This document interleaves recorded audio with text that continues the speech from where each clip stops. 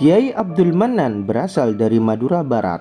Dalam catatan silsilah Pujuk Batu Ampar Barat, beliau adalah putra dari Syarif Husain Banyu Sangkah, Bangkalan. Syarif Husain sebenarnya merupakan ulama pendatang. Beliau masih keturunan Sunan Ampel, Surabaya, Imam Wali Songo di Jawa. Dalam video kali ini, kami akan mengupas tuntas tentang siapa dan dari mana asal muasal Kiai Abdul Manan itu sendiri, beserta beberapa karomah dan kanuragan beliau. Tapi sebelumnya, kami ingatkan untuk klik tombol subscribe agar kami terus semangat memberikan informasi-informasi terbaru di Arfi99 Channel.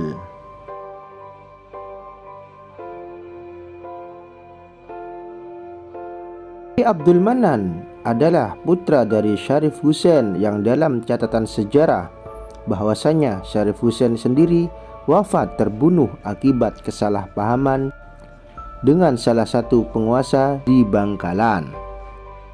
Karena peristiwa tersebut, kedua putra Syarif Husain yaitu Abdul Manan dan Abdurrahman hijrah dari tanah tempat sang ayah terbunuh. Tindakan ini dilakukan selain atas perintah Syarif Husain, juga demi mewujudkan cita-cita mulia sang ayah.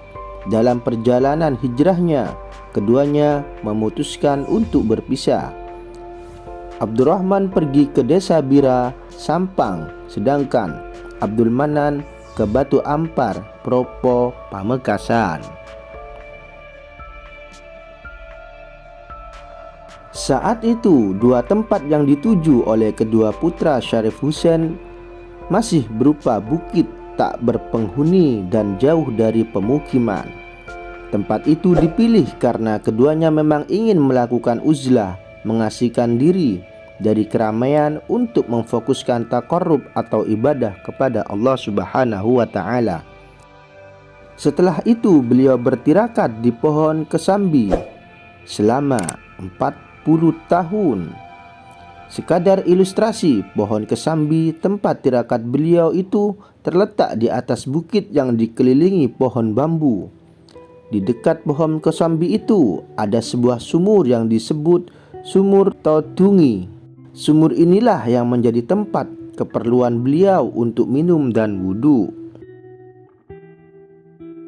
Atas kejadian tersebut, dalam buku Manaqib Pujuk Batu Ampar yang bersumber dari Kiai Haji Ja'far Shodiq Fauzi, Kiai Abdul Manan kemudian menisbatkan dirinya kepada pohon kosambi dengan sebutan Pujuk Kosambi. Secara antropologis, sebutan Pujuk Kosambi bukanlah nama biasa.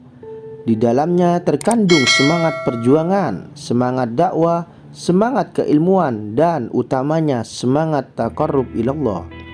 Sayangnya, pohon kosambi yang menjadi tempat bersejarah tersebut kini tinggal akarnya karena sudah rapuh, dimakan usia, dan sering diambil oleh peziarah.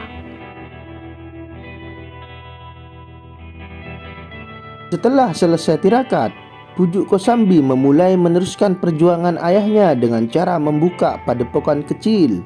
Di padepokan kecil tersebut, Pujuk Kosambi merekrut pemuda-pemuda kampung untuk diajari seni bela diri sekaligus penggemblengan ilmu agama dan pembinaan taqarrub kepada Allah Subhanahu wa Ta'ala.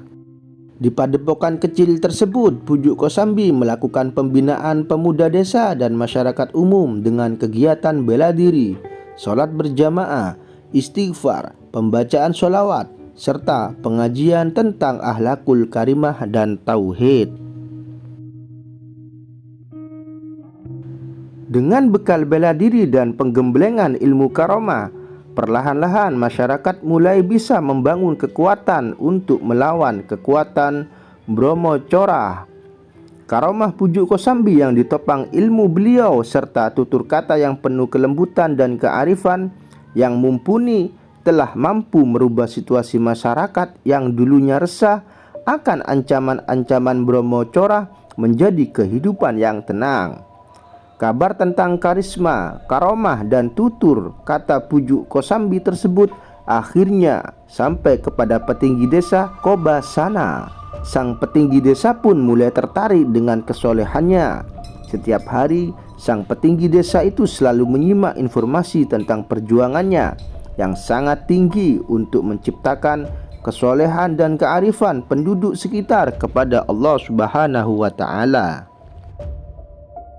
Setelah hari demi hari menyimak pengajian dan mengamati dari dekat kehidupan Pujuk Kosambi, petinggi desa Kobasana akhirnya memutuskan untuk menjadikan Pujuk Kosambi sebagai menantunya. Petinggi desa Kobasana ingin Pujuk Kosambi bisa menggantikan kepemimpinannya sekaligus membimbing keluarga dan masyarakatnya ke jalan yang benar dan jalan yang lurus.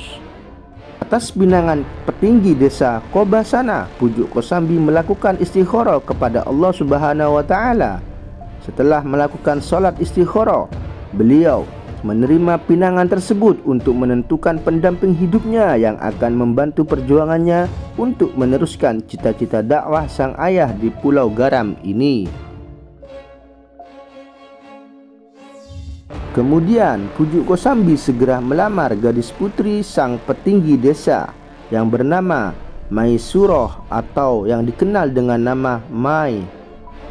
Dari pernikahannya tersebut, beliau dikaruniai 4 orang anak, 3 laki-laki dan 1 perempuan. Mereka adalah Kiai Abdurrahman alias Basania Pujuk Tompeng, 2 Kiai Abdul Fakih, 3 Kiai Abbas atau Abdul Kasan dan Nyai Siti Fatimah. Pujuk Tompeng ini adalah ayah dari Kiai Abu Samsuddin alias Pujuk Latong yang terkenal itu. Sekian dari kami.